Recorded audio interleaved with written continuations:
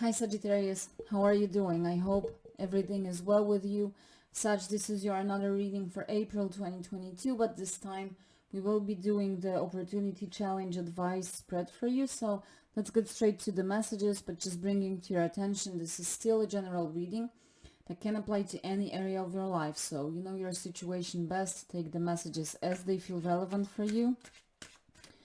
And don't be afraid to interpret the messages your own way. Okay, listen to your intuition always. Let's see what is the opportunity, the key opportunity for you in April. Seven of Swords. That is a very interesting opportunity, which is all about seeing through lies, deception. Your challenge, Queen of Cups and the High Priestess coming up together. Something about listening to your intuition, but also offering yourself the cup of love with the Queen of Cups and listening to your emotions, but also to your soul's calling. Your advice is the Three of Swords. That is interesting. Let's clarify the Three of Swords for you. Nine of Coins. You have the Six of Wands at the bottom of the deck, so that is the card of victory. There's victory and success for you, Sag, that is available.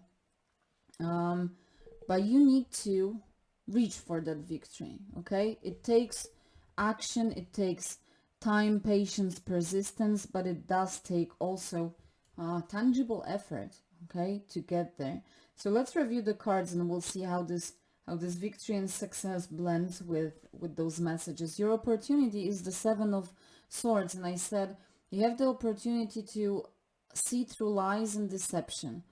It may be about others, being those liars or deceptive people, thieves of some kind, someone working behind your back, but this is also about your self-sabotage that is happening in your mind space. Our ego, human mind, is the trickster symbolized by the fox, and it keeps whispering, you cannot do it, you cannot achieve it, you're not good enough. You need more time, you don't have enough resources, blah, blah, blah. You know exactly what that means. And that is what stands on your way to happiness, fulfillment, to that success with the Six of Wands. Is that mind that tries to control everything. You know, our human ego mind doesn't like unknown. It doesn't like and it doesn't accept when we are not able to fully control the situation and every outcome, including what is going to happen in a year from now. We go crazy, right? That is what the human ego mind is telling. But when we tune into our intuition, into our heart and soul, we find peace and trust that everything will unfold exactly as it is meant to and in the best possible way for us. So your opportunity is to see through that deception and lies created by your mind. Perhaps, as I said, it may be others. So you have the opportunity to see through deceptions of other people. But primarily, this is for most of you, it's about that mind that is trying to control. You have the tools, skills, resources to see through this, and that is your window of opportunity to see through it and conquer this once and for all. Remember that you control your mind, not the other way around. Provided that you don't give your power away to the mind, okay? Mind is like a tool. We decide how we use it and when we use it. And we should be using it when it's really needed, when we need to plan something, consider, make a choice, a decision, create something. Maybe we are working on a plan of some kind, right? Then we use the mind to accomplish this task. But when the task is done, the mind, like every tool, should go back to its shelf, and we should like reach out for it again when it's needed. When we give our power away to the mind, it keeps talking all the time. It's like you are in that place with even just one person that keeps talking all the time. There's no silence for you to tune into your own thoughts. That's what the mind is doing. And you have the opportunity to see through this, to see through that lie and deception. But there's a challenge to listen to your intuition. There's a challenge to listen to your heart's desires. There's a challenge to listen to your soul's calling. And there is a challenge with healing with the Queen of Cups. Are you offering yourself the opportunity to heal? Are you offering yourself the cup of love? You know, the Queen of Cups is that motherly feminine energy that is motivated and driven by love. And that is your challenge. Instead of being motivated and driven by love, by, as I said, your heart, your soul's calling, by empathy, also spiritual. The Queen of Cups is also someone of like psychic abilities. So with the High Priestess, definitely. You have the abilities, those tools and resources to tune into your higher knowing. But for some reason it's blocked. And that's what is blocking it, is your mind that keeps saying, no, it's not going to happen. You believing in this success, whatever this success is for you, is like, it's stupid, it's bullshit, it's not going to happen. That's the trickster that is working against you. Tune into your inner knowing and shut out that unnecessary noise of the mind. The High Priestess knows the value of silence. She knows the value of sitting still and just listening to that inner voice, allowing it to speak. Allow yourself to not look at your situation from the place of that ego intellect, but allow yourself to look at your situation through the eyes of your soul, your heart, your creativity as well, and that inner knowing of yours, and allow yourself to tune into it, and it will carry you forward. It will give you all the guidance, all the advice that you need. You will know exactly what to do when you allow yourself to tune into it, and offer yourself the cup of love. Offer yourself the possibility to heal your fears. It's almost like mother yourself. Be good to yourself, just like you would do to your like best friend or someone dear to you.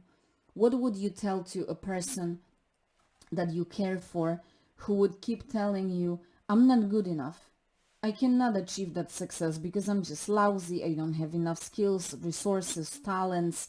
What would you say to that person? Would you try and encourage them? Would you say, don't say this, you're good enough, you can achieve? I guess that's what you would tell to your friend. So be that person to yourself. Offer yourself encouragement. Believe in your abilities, believe in your creative skills, believe in your inner knowing, and allow it to guide you.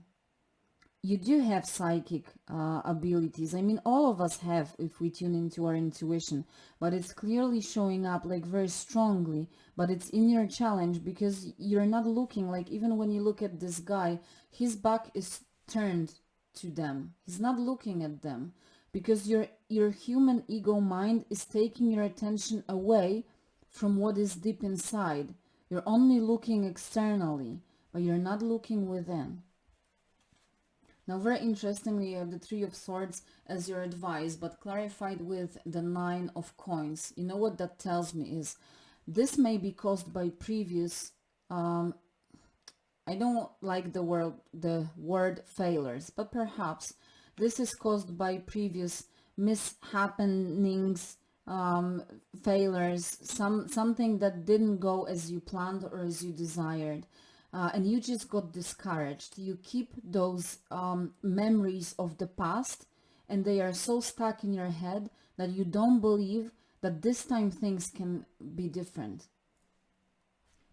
What is your advice is use your previous challenges, sorrows, perhaps, painful situations. Use them to your benefit. Consider them your beautiful and powerful resource.